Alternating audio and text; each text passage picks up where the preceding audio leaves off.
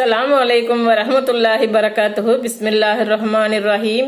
அன்பான சகோதர சகோதரிகளே, எல்லாம் வல்ல அல்லாஹ்வின் நல்லடியார்களே, இன்று நாம் காணவிருக்கும் தலைப்பு பயணத்தின் போது கிப்லாவை முன்னோக்குவதில் சலுகை. பயணிகள் வாகனத்தில் இருந்த நிலையில் தொழுபவர்களாக இருந்தால் கிப்லாவை முன்னோக்க முடியாத சூழ்நிலை ஏற்படும். இது போன்ற நிலையில் வாகனம் நின்ற பிறகு கிப்லாவை முன்னோக்கி தொழலாம் என்று தாமதிக்க தேவையில்லை. வாகனம் எந்த திசையை நோக்கி சென்றாலும் உட்கார்ந்த நிலையிலேயே தொழுது கொள்ளலாம்.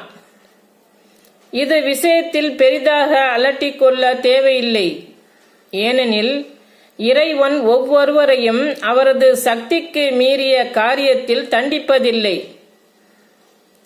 எந்த ஆத்மாவையும் அதன் சக்திக்கு மேல் அல்லாஹ் சிரமப்படுத்துவது